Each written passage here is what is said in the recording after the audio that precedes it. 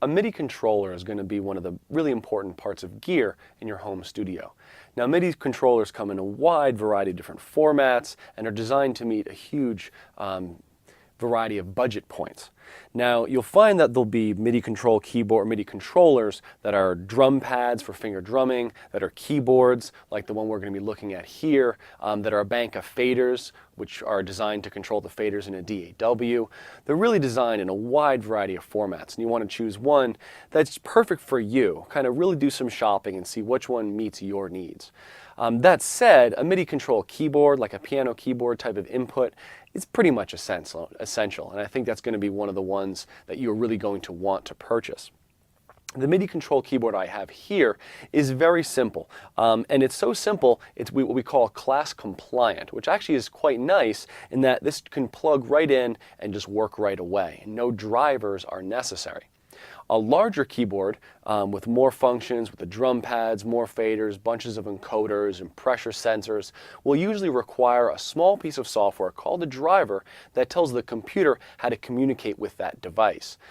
So if you do plug in your keyboard and it doesn't work right away, I would suggest first looking in the manufacturer website and downloading the latest driver. That usually fixes most issues with a keyboard.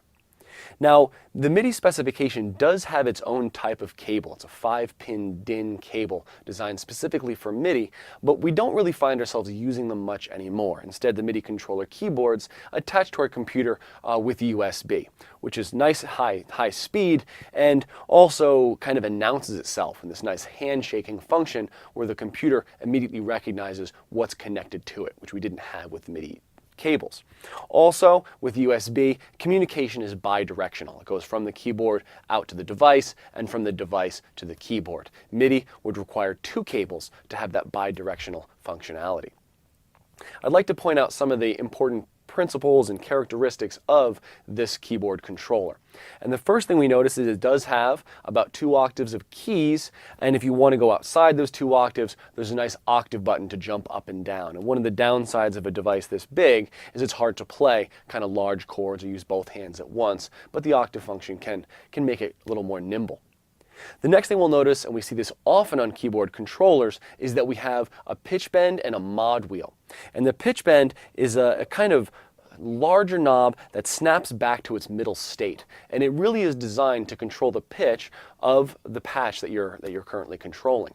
Now, there's no definite amount that will control the pitch. On some patches, it'll go up a step and down a step. On other patches, it might go up an octave and down a step. It really can vary from patch to patch. And some patches and some samplers and synths will completely ignore pitch bend. One important thing to know about pitch bend is it's a higher resolution than all the other knobs. We have a knob for mod wheel right next to it. This will send values from 0 to 127. Pitch bend sends many, many more values. The control change, like modulation, is a control change message, and control change messages have 2 data words, one saying which controller it is it controller 1 or controller 10 or controller 20, and the other data word is what value is it, from 0 to 127. Pitch bend kind of combines both those words to make one really large number, and that's how it can be so specific and at such a high resolution. So it's perfect for pitch because we can detect fine changes in pitch, so we need that higher resolution for that one parameter. This knob next to it is the mod wheel, and in most cases, it sends CC number 1, and that will often control a very important parameter within your synth. But again, there's no definite thing that it will control. On some synths, it might control an amount of vibrato. On others, it might be volume. On others, it might be something totally different. Each patch can change what that knob actually controls. If I go across this keyboard, I'll see a variety of different knobs, kind of a collection of 8 knobs. And this is very, very common on keyboard control surfaces to have a collection of 8 knobs like this. And these are all going to send control change messages. Many synths and samplers are now designed with 8 knobs on them, often called macro controls, that will control the 8 really important parameters within that patch. Now, these knobs are all numbered here. They're numbered 1 through 8, and that really is just the number of the knob on the front of the device. It has no relationship to the CC that's actually being sent. In fact, each of these knobs can be configured to send any CC. I can have this one send CC10, and this 7, and this 12, and this 200. Well, can't do 200, can we? It's a 7-bit word. Only goes to 127.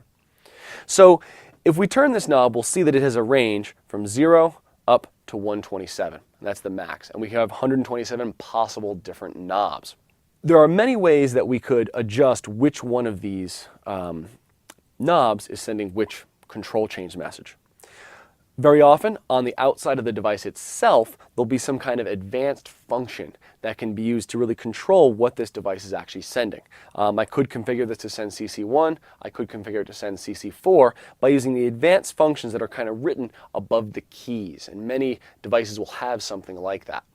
Where you hit like an advanced function button and then you use the individual keys to send different commands right to the device itself, so I could change the functionality of these knobs. Another way that's actually a little nicer to use usually is having a piece of software in your computer that adjusts what the device actually does. So it'll be a piece of software that you install when you buy the device that will actually be able to adjust what the functionality of the keyboard is. One thing you do want to know how to accomplish on your keyboard is changing what channel it sends on. There are often issues when your keyboard is sending on a channel other than one. Most DAWs and synths and samplers will be expecting the MIDI data to come on channel 1.